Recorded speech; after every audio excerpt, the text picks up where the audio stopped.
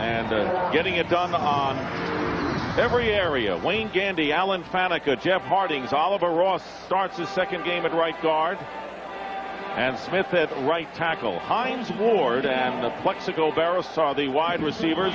Jerome Bettis the running back. John Whitman the fullback. Jeremy Tooman starting his second game. Mark Bruner out for the year.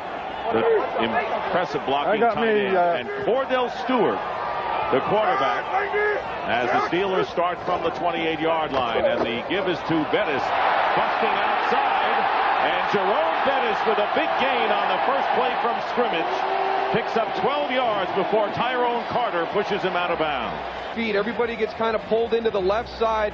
Watch Jerome bounce outside. Eric Kelly gets caught up in the wash, loses support, and you got to keep an eye on Jerome. He's a big physical runner, but if you let him turn the corner, he's got the speed to take some big runs. Yeah, and that's demoralizing for the Minnesota Vikings. They want to get up there and get 8 guys up and stop the run. Not a great way to start the ball game for them.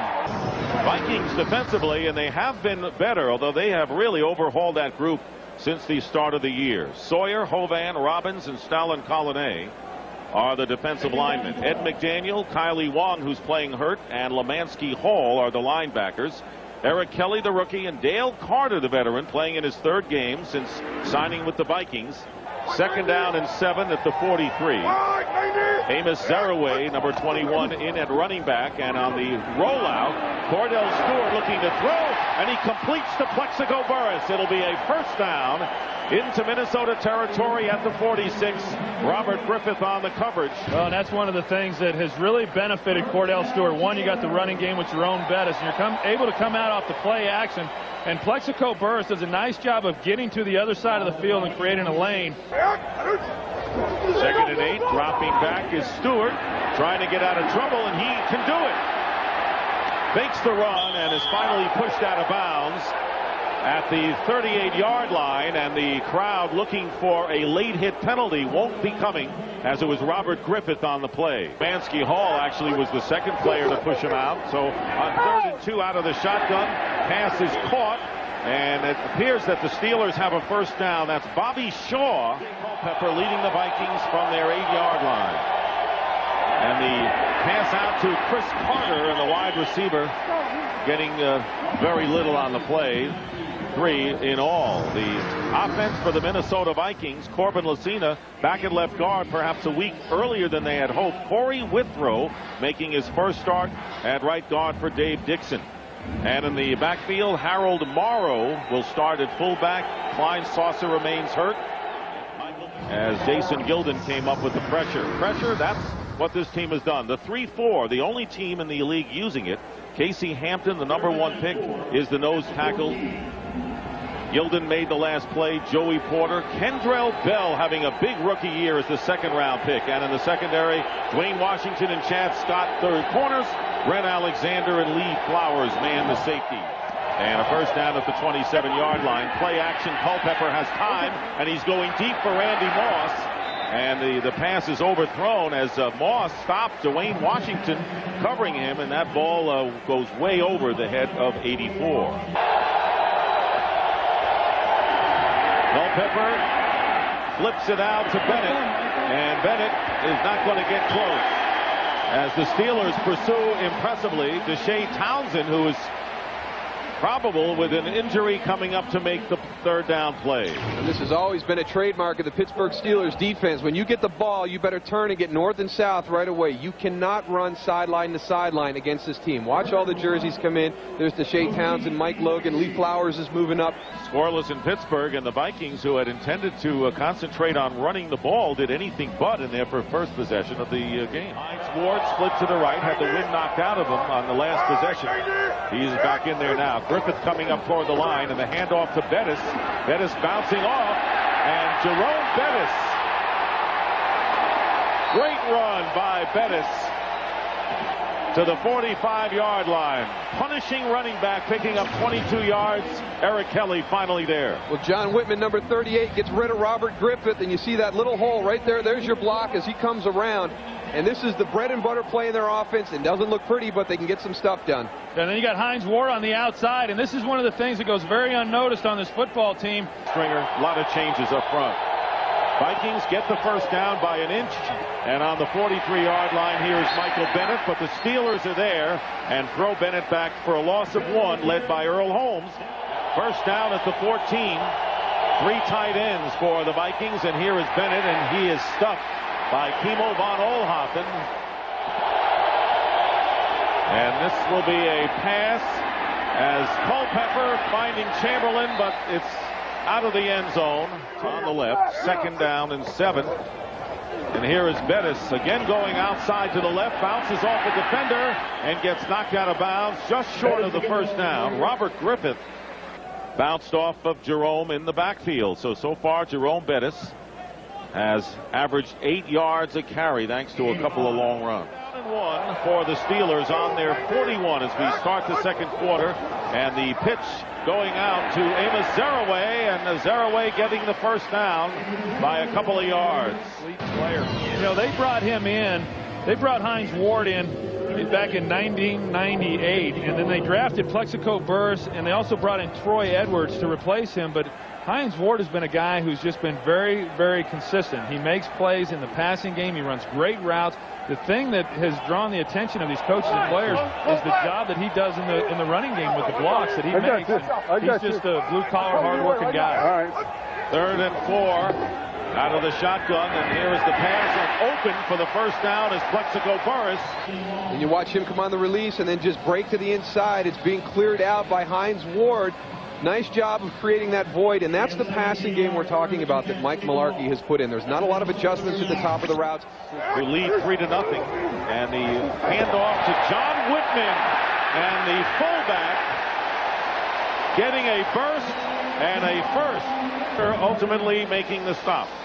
Well, you know, sometimes offensive linemen have a tendency to take a play off when the fullback's number is called, thinking that he's not going to break a big run, but this offensive line, considered to be one of the best in the NFL, does a great job. John Whitman takes advantage of an opportunity to get a touch right there.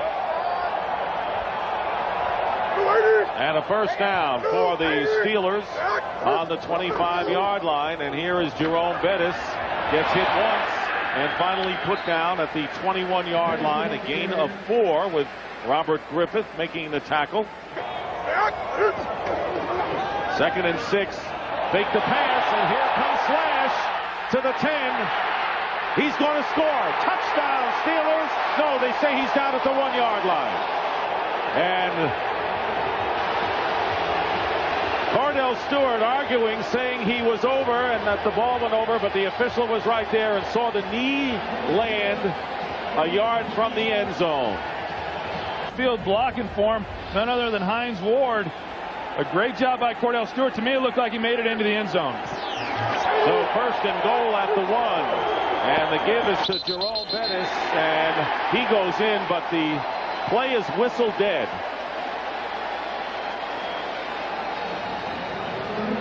A challenge has come from the home team. And they have challenged before the snap. Vikings just got it under the line. Well, you take a closer look at it right here, and Kordell Stewart, where does his knee go down? It's down there, and it's where the ball is. It's not where the knee goes down. It's where the ball is when the knee touches the ground. I tell you, from that angle, exactly what you're saying. It looks when the knee is down, he's got the ball stretched out. This is going to be our best opportunity. We're going to be right along the line. He's down right there. You got your linesman right on the goal line making that call. To me, it's kind of a risky situation to risk losing that timeout on a challenge when you've got 1st and goal at the 6-inch line. Here's another look at it. Tyrone Carter was the Viking defensive back who. And you look this guy right. Look at the position right there.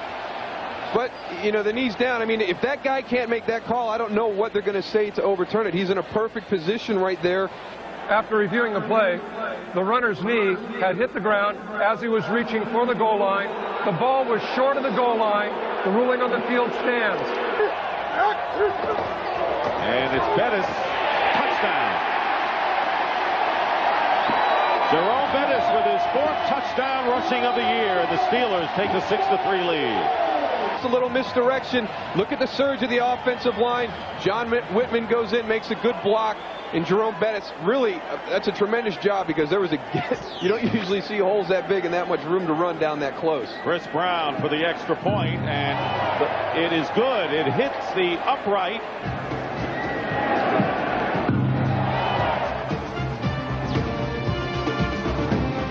18-yard line. Chamberlain in motion. Bennett is the setback, and the handoff is to Bennett. And Bennett is tackled from behind by Joey Porter.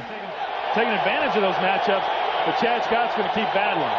8th play of the drive, 3rd down and 2. And here is Culpepper on the run, and intended for Randy Moss, and covered by Lee Flowers. And the 4th down coming up. Receiver, if he can get open. And it's very obvious watching him move around that knee is indeed bothering him. Gary Anderson will attempt a 37-yard field goal, and Anderson's kick is no good. Just off to the left. It's a game of inches. And this one nicked the goalpost as well, but it didn't go over as it did for Chris Brown. Here it is. Lifted on the wrong side, and the Steelers maintain their 7-3 advantage. Have a first down on their 28-yard line. And there is Kordell Stewart, and he completes the pass to Plexico Burris. Well done by Stewart. And the gain of 24 brings the Steelers into Viking territory. Got him working up the field, Plexico Burris, and what Kordell Stewart is doing is he's doing a nice job of hitting his 5th step and getting rid of the football. And that's on the Viking 48. And here's Jerome Bettis with a move, and Bettis picking up about 6 yards. 3rd down conversion.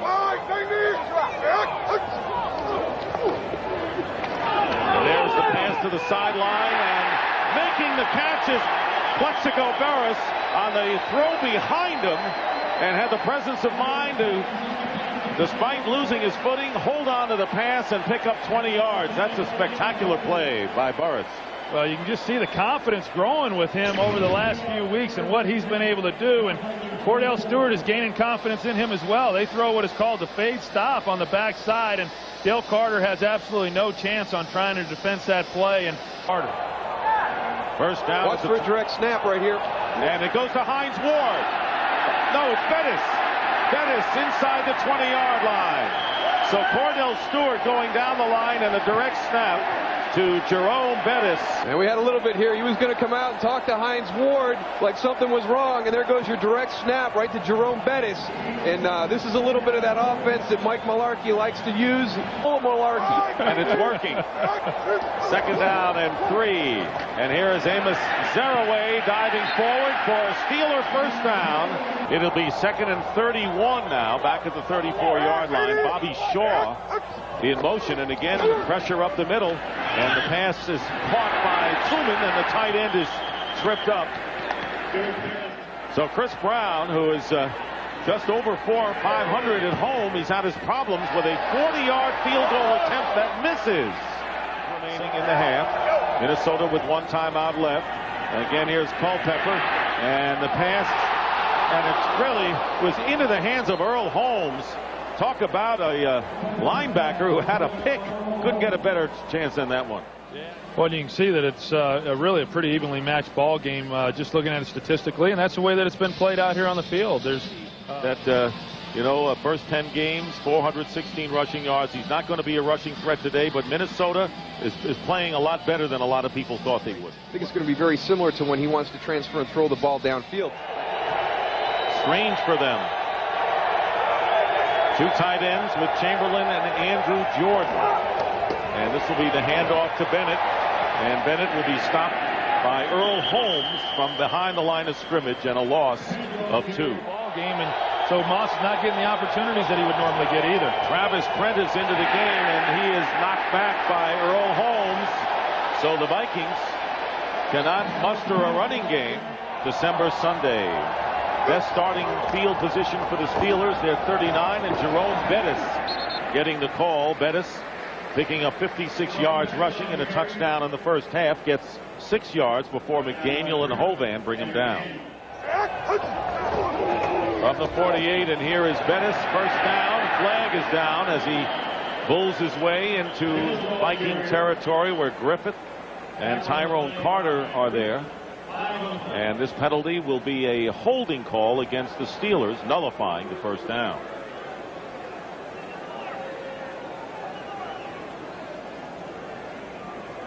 Steelers looking to start the season at 9-2 for the first time since the 1983 season. Holding, offense number 72. 10-yard penalty, repeat, third down. Wayne Gandy, the left tackle. And he's going to be right at the point of attack. You see Wayne right there as he comes in on Ed McDaniel, gets a handful. Once those hands get outside and get around the back, you're going to get a flag thrown on you. They got him wrapped up pretty good there. So after the penalty, a third down and 11 from the 38. 3 wide receivers. And Stewart out of the shotgun. Vikings get back defensively, and here is Kordell Stewart. The pass is tipped, and a flag goes down. It was tipped by Lance Johnstone. This time it'll be holding against the Vikings. During the receiver's route prior to the pass being thrown, holding, defense number 24. 5-yard penalty, automatic first down. Down at the 44 of the Steelers. Here's Jerome Bettis, and he slips on his own accord after picking up about 4 yards. And here is Stewart, and the pass is caught by Heinz Ward. Another penalty flag down as Kordell Stewart thread the needle, and Heinz Ward with a 19-yard pickup. Robert Griffith bringing him down, but a penalty back on the 40-yard line of the Vikings. Holding, defense number 20. The penalty is declined. First down. Kenny Wright, the cornerback, was holding here. Well, you see Heinz Ward in motion. He's going to come up, work up the field, and run a slant route. He's able to get Kenny Wright's hips turned and gets inside. And Kordell Stewart just throws a strike in there. And Viking 31-yard line. Bettis is back in, and this pass is thrown and caught on a slant by Plexico Burris. Around the strengths of this group, and they've really improved this season in their pass routes. Here's Jerome Bettis getting an opening and driving his way down to the 11-yard line. Kelly and Carter on the tackle, and the Pittsburgh Steelers can punish you so many ways, and it'll be first down, close to it, maybe shy by a yard. And again, this is their bread and butter play in the run game. It all starts with Jeremy Truman, but look where the play goes this time. Jerome Bettis can move it around anywhere he wants to. Yeah, and you take a look again at Heinz Ward. We've shown him earlier in the game. He takes out Robert Griffith, their big hitter. Third down and 2 from the 12-yard line, and here is the give to Troy Edwards. And Edwards driving inside the 10 and going in it. Touchdown, Steelers.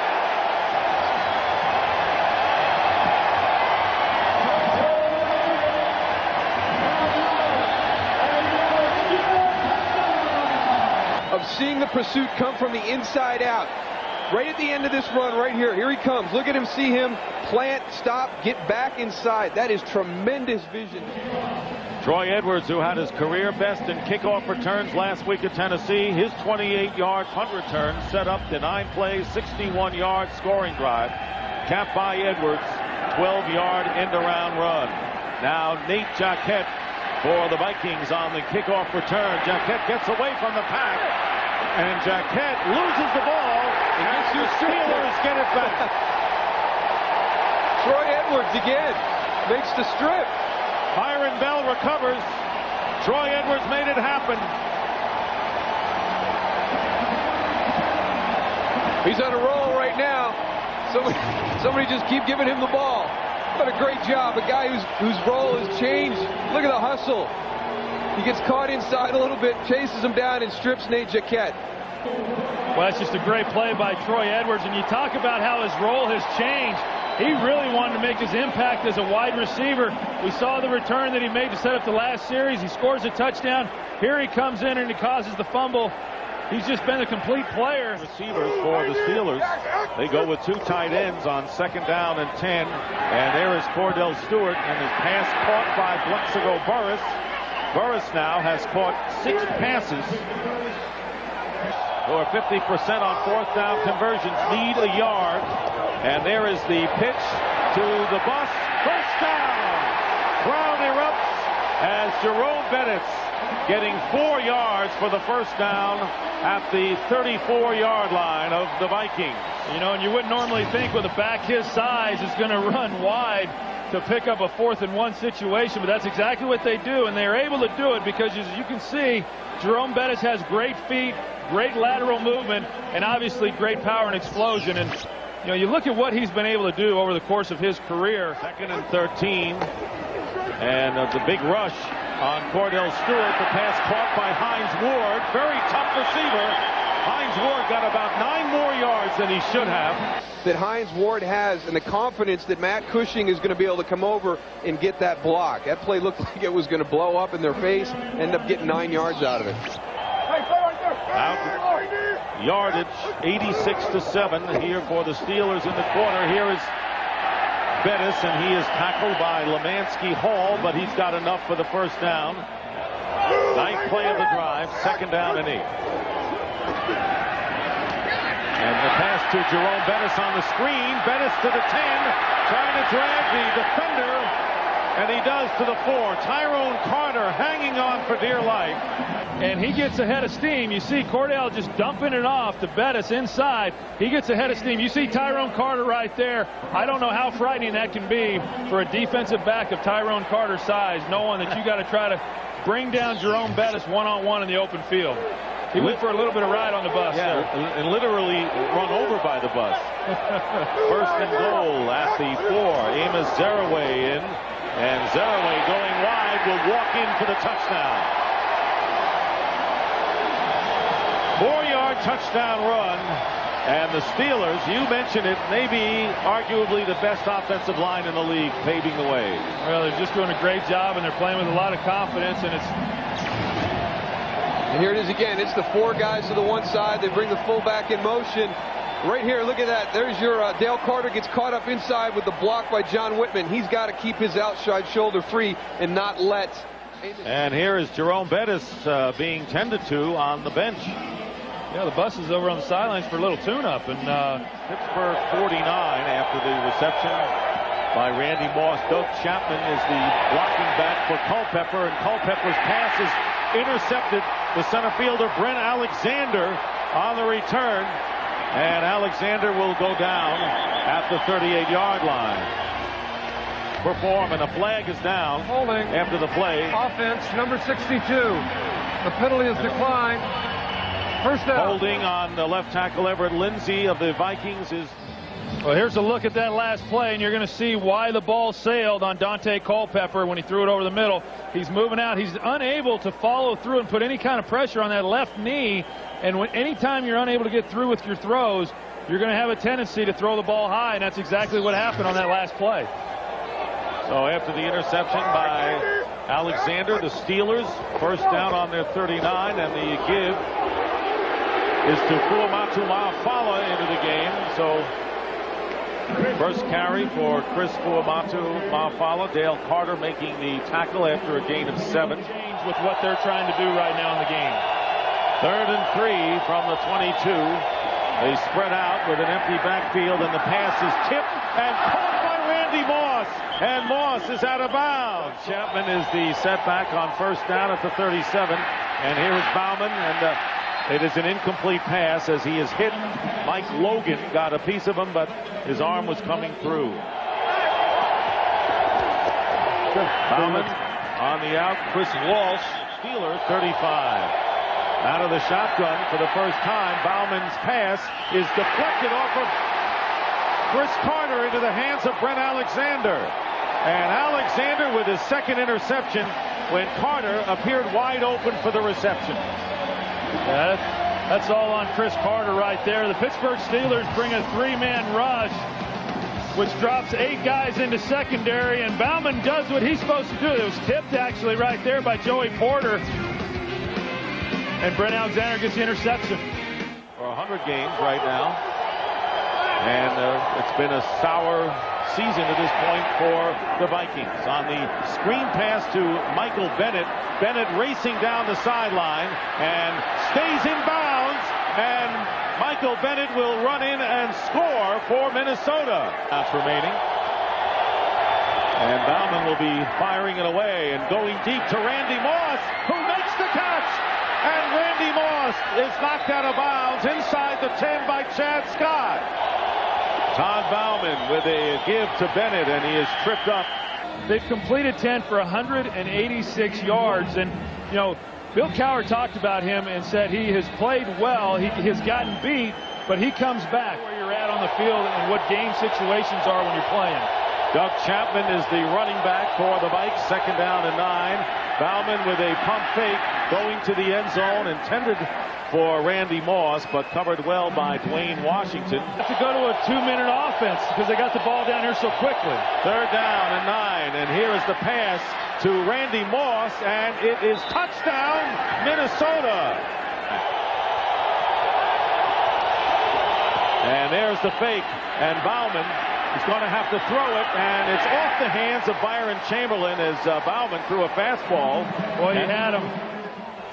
1st down at the 15-yard line, and the handoff to Fuamatu-Ma'afala, and he gets about 3 yards. Kylie Wong making the tackle. Well, I'll tell you what, Dick. What happens is that Fuamatu-Ma'afala going wide, and the Vikings are there again. The clock continues to run, and now the timeout called. Robert Griffith. And there's Stewart. Fumble. And at the 9-yard line, the Vikings appear to have it. The Minnesota Vikings have recovered to Lance Sawyer. At the 10 for the Vikings, the touchdown will put them in front. Here's the pass to Randy Moss, and he goes out of bounds at the 5-yard line. Bouman pump fake, and the pass intended for Moss again. Pass interference, offense number 80. 10-yard penalty, repeat 2nd down. That hurts. Chris Carter. Well, and what happened was they were trying to fake it to Moss, and Chris Carter got the block before the ball was ever in the air. You see Carter throwing the block. The ball had not been thrown. Bouman, what I was going to say was they were trying to fake it, the play that they had run earlier. The pass interference while he's blocking. It is still 2nd and goal. This time at the 15, the comeback screen, and Doug Chapman is tackled, and a big play made by Myron Bell of the Steelers. Todd Bouman going to throw into the end zone, and it's caught for the flag is down. Did he cross the line of scrimmage? I think he crossed the line, Dick. That's a loss of down as well. Todd Bouman went over the line of scrimmage. That's what he did. He threw it after he crossed the line of scrimmage, so his pass to Chris Carter in the end zone will be nullified. Line of scrimmage, offense number 8. This is a 5-yard penalty, includes the loss of down, 4th down. The line of scrimmage is the 19-yard line. You'll watch as the play develops, and Todd Bouman scrambles. He does a great job of buying time and finds Chris Carter in the end zone, but you can see he's past it right now. He's all the way down to the 16, 17-yard line. Even beyond that. And so the pass is nullified. Would have been a touchdown, but he was over the line. And now on 4th and goal from the 20, the Vikings eschew a field goal that would bring them closer, and they're going for it all here.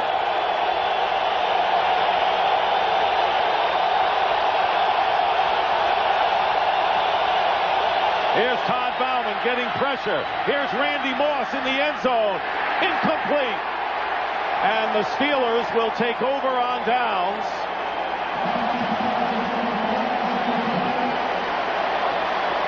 Guys, the Vikings had the option of going for a field goal, using timeouts, hoping to get a ball back for another field goal attempt. Well, the Steelers bring pressure to try to get Bouman to throw the ball early. He does just that. It gets the one-on-one matchup outside against Dwayne Washington. That was close. That was close to being pass interference right there. And Dwayne Washington, a former #1 draft pick by the Minnesota Vikings, played 4 years with them. And a lot of contact going on down there, but no flag. Previous possession. 3rd down and 10. The Vikings are out of timeouts. And here's the handoff again to Fuamatu-Ma'afala. And he's going to ice the game.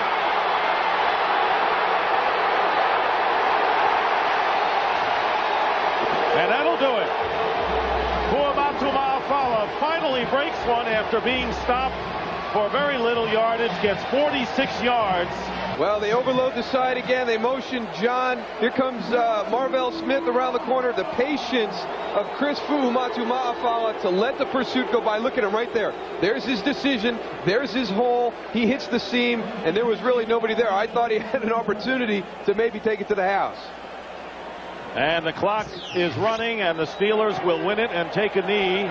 But it became awfully uncomfortable for them down the stretch after a 21-3 lead. After 3 quarters, the Vikings come close, and Bill Cowher will walk off with his 100th career victory as a head coach. Well done. Well, congratulations to Bill Cowher. Yeah, that's quite a milestone right there, a 100th career win, and he joins some tremendous coaches in the 100-win club. And Todd Bouman showing a great spark in bringing the Vikings back, but they fall short and go 4-7 on the year. They've lost 8 in a row. And for the Steelers, they are 9-2 for the first time since 1983. And for Troy Aikman, Darrell Johnson, Pam Oliver, Dick Stockton saying so long from Heinz Field. The Steelers beat the Vikings 21-16. Be sure to stay tuned to Fox Sports for the post-game show after these messages. For more information on today's game, log on to foxsports.com. Streetlights on like